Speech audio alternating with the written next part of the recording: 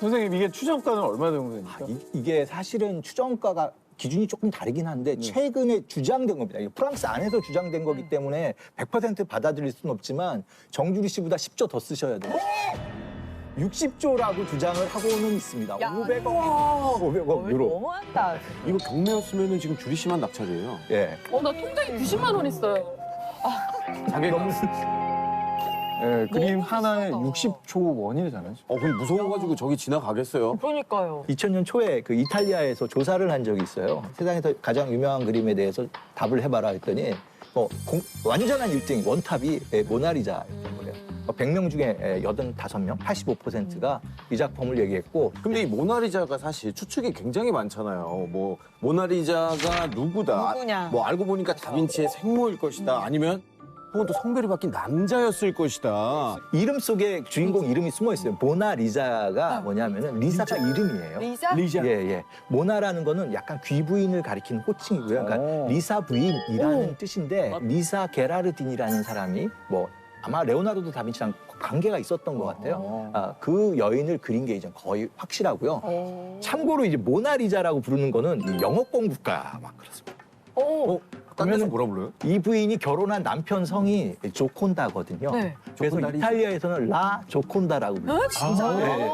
아마 프랑스에 가시면 모나리자 뭐 딱 이해는 하지만 조콩드 뭐 이런 식으로 프랑스어로 부른다. 그래서 그럼 이태리 가서 모나리자 얘기하면 몰라요? 유노. 근데 뭐 너무 유명하니까. 뭔가 알기 때문에 알기는 하는데 그 자기들끼리 쓰는 말은 라조콘다라고. 조콘다. 그래서 아마 이거는 조콘다 부인이 거의 맞는 것 같아요. 와.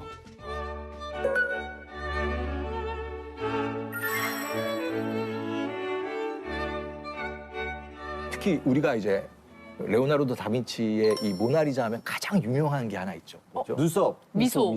그 미소가 굉장히 전 사람들이 흥미로운 게 보고 있는데 그 미소라는 그 띤 입술을 보시면 그 주변의 경계를 보게 되면 이게 좀 묘하거든요. 이게 정확한 입체적이에요. 형태가 잡히는 게 아니라 웃는 듯 미소를 띈 듯 이런 게 미묘한 표현인데 이것도 그가 이제 물감을 이용해서 유화가 여러 층위로 그릴 수가 있어요. 한 번에 그리는 게 아니라 그림이 마르고 나서 그 위에다 또 입히고 색을 입혀 나가는 그런 기법을 좀 쓰게 되는데 그림의 물감층을 단면으로 촬영한 사진을 보게 되면 레이어가 한 5-6개 되는 거예요.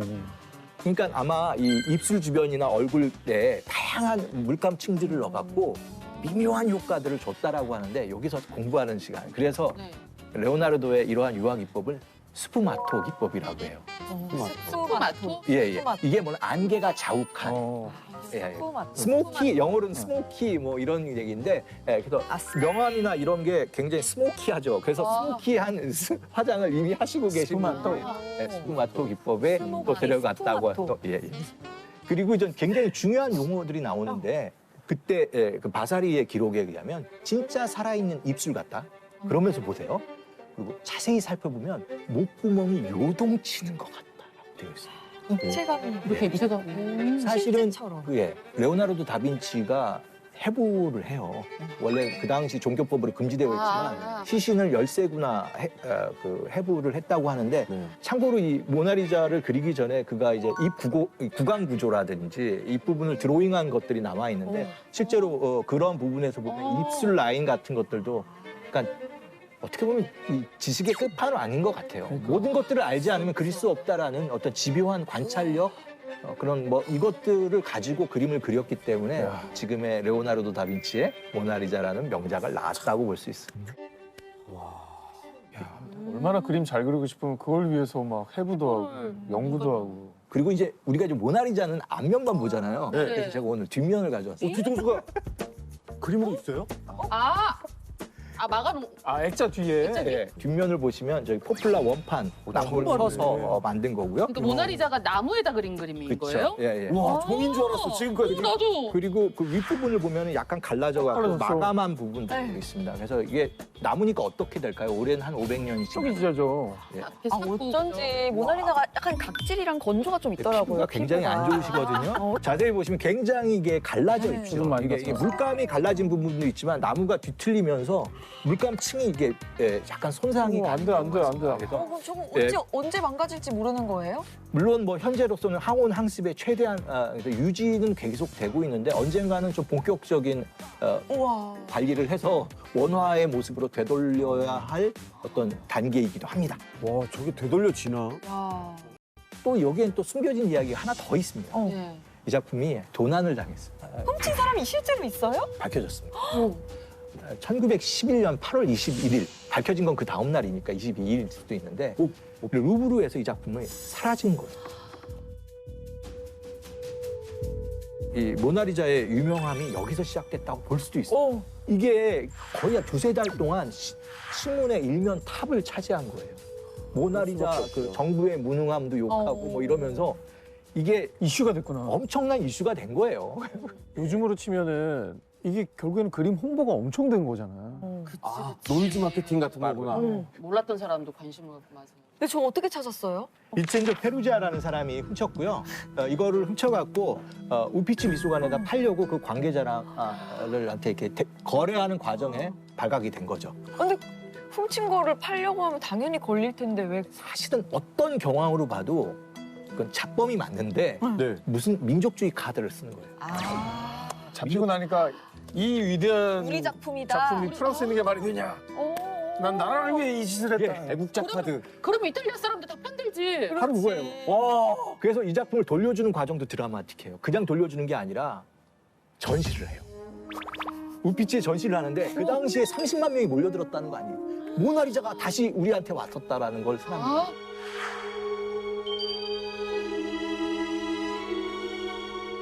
보면은 이거는 뭐 프랑스가 달라고 한 것도 아니고 레오나르도 다빈치의 마지막 한 2, 3년은 프랑스에서 삶을 마감해요. 그럼 엄밀히 말하면 레오나르도도 그렇게 많은 재능이 있지만 그를 알아볼 사람이 없었던 거예요, 그때는. 그래갖고 프랑스 왕한테 의탁을 해요.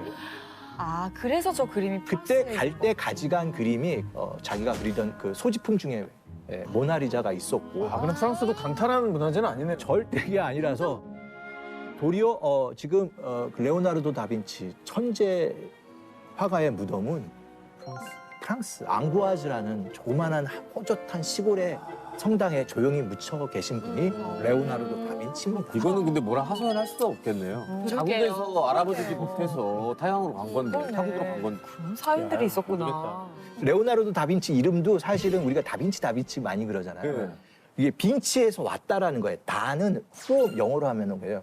레오나르도 from 빈치예요. 그래서 우리나라로 치면 뭐 강릉에서 온 아무개, 대구에서 온 아무개, 뭐 아, 약간 그 그런 이름이. 야인시대식 소개법이네요. 종로 구마적이야 이런 것처럼.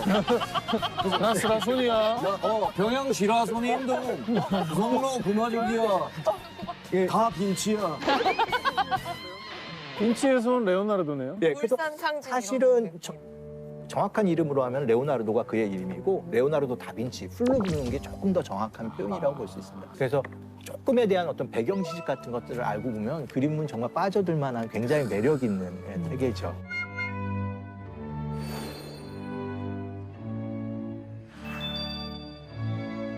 근데 사실 제 미켈란젤로의 제일 유명한 건 그 다비드상이잖아요. 너무 멋있죠. 근데 이제 이런 작품들, 그러니까 조각 말고 천장화가 오늘 선정된 특별한 이유가 있을까요? 미켈란젤로는 어떻게 보면 그도 슬픈 인생을 살아요.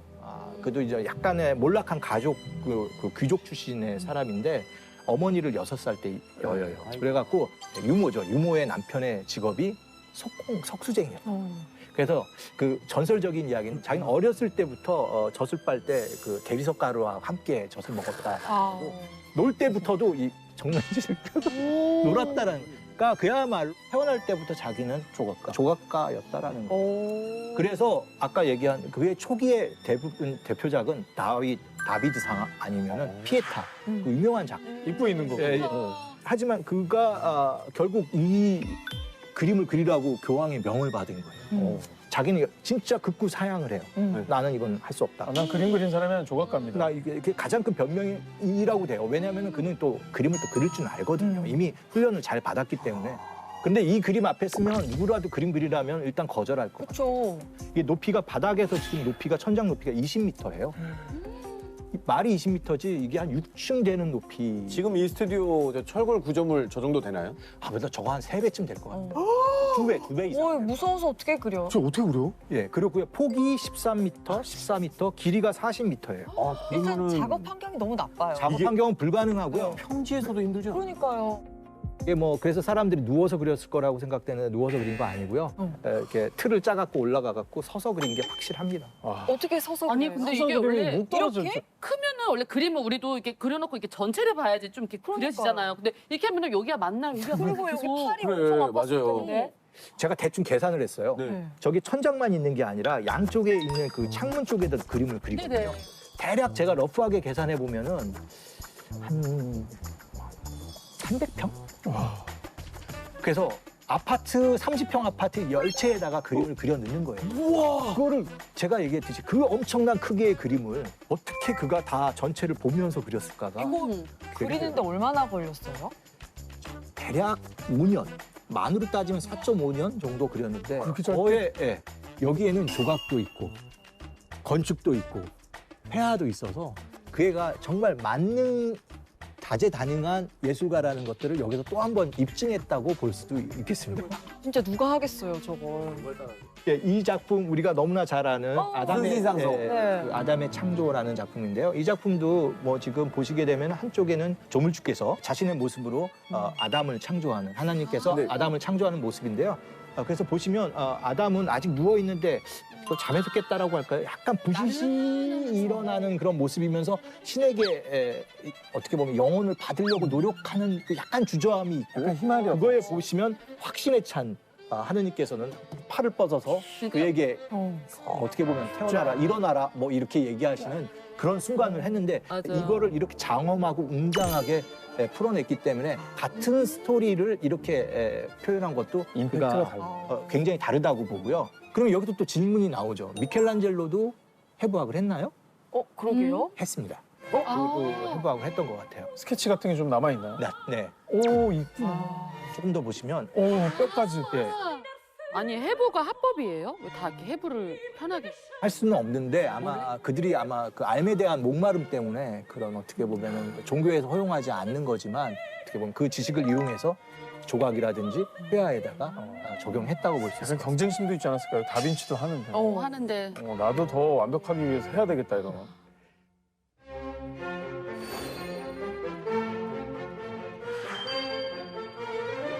아마 이 그림은 누가 봐도 결혼 기념인 아니 결혼 축하용 그림이에요. 그럼 축하? 메디치 가문이 로렌조 메디치라고 이제 코지모의 손자 되는 아주 대단한 예술 메디치 후원자인데 그가 자기 조카쯤 되는 사촌이 결혼한다니까 그 선물로 그 집안에 있던 보티첼리에게 의뢰해갖고 혼수네, 예, 혼수. 예. 오. 일종의 혼수 축하용으로 그려진 그림이라서 이 그림은 아마 그 식구를 받는 그 즐거움 그리고 이제 와서 이 집안에서 뭐 잘 살고 뭐 이런 것들을 신부에 맞이하는 그런 느낌들을 최대로 살린 그림이라고 할 수 있고요. 이 이야기 아세요? 이게 우리는 비너스라고 하지만 그리스에서는 아프로디테 똑같은 신입니다. 신화인데? 이게, 예. 아프로디테의 신화 혹시 탄생 신화를 아시면 이것도 되게 재밌는데.